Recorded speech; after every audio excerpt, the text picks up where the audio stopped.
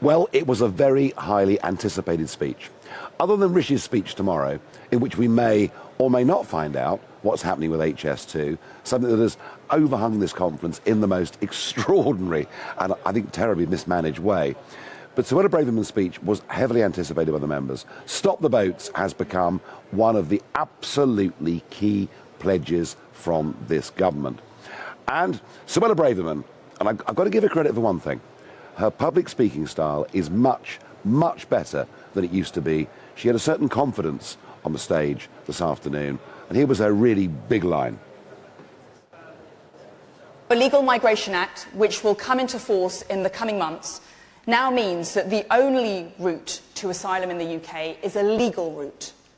The Act means that those arriving illegally will be detained and removed back to their home country if possible, or to a safe third country like Rwanda.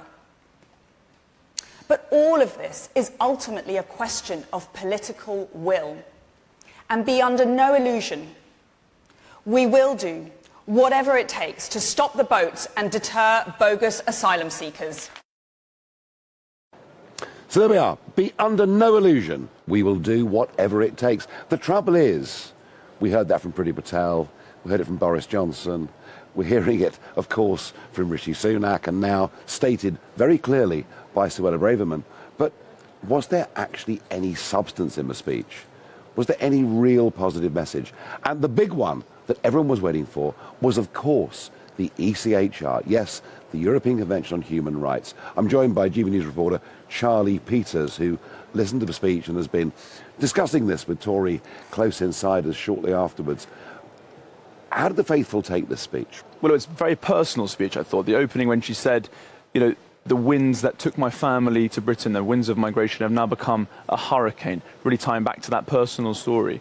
She criticised the Labour Party for saying that they were not doing enough to oppose the dereliction of national sovereignty and the degradation of our borders, which was expected to criticise Labour in that way. Yeah. What was more interesting, in fact, was that she went on to criticise her own party, saying that too many in the Conservatives were squeamish when it came to dealing with the issue of migration. She also said that many feared being smeared as racist, and that's why they didn't speak up. She said that she would do anything to deal with this problem.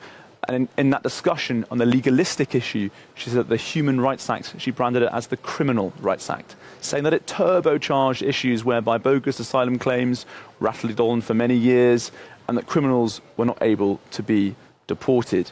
But it wasn't just what she did speak about. As you've mentioned, it was what was omitted from the speech. Well, that was my feeling too. The European Convention of Human Rights, many people speaking to GB News this afternoon saying that they were expecting a comment on that after it was hyped so much in the week ahead of conference. And of course, we've heard about this split in the cabinet between those who are in favour of leaving the convention and those who are more shy, perhaps even squeamish on the issue.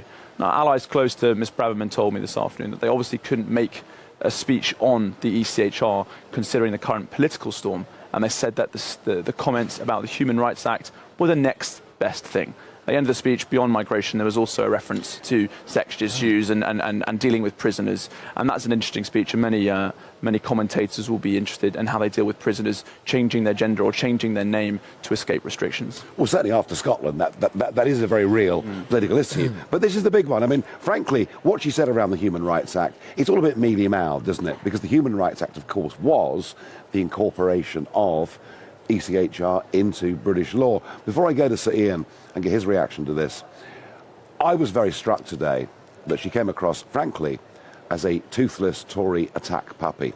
It's all well and good playing up the rhetoric, but we've heard that again and again and again. I didn't see a single solution in this speech to illegal immigration, and she barely touched on it. She barely touched on legal immigration, where the population of this country is exploding, despite the fact we have the Brexit powers to control the numbers.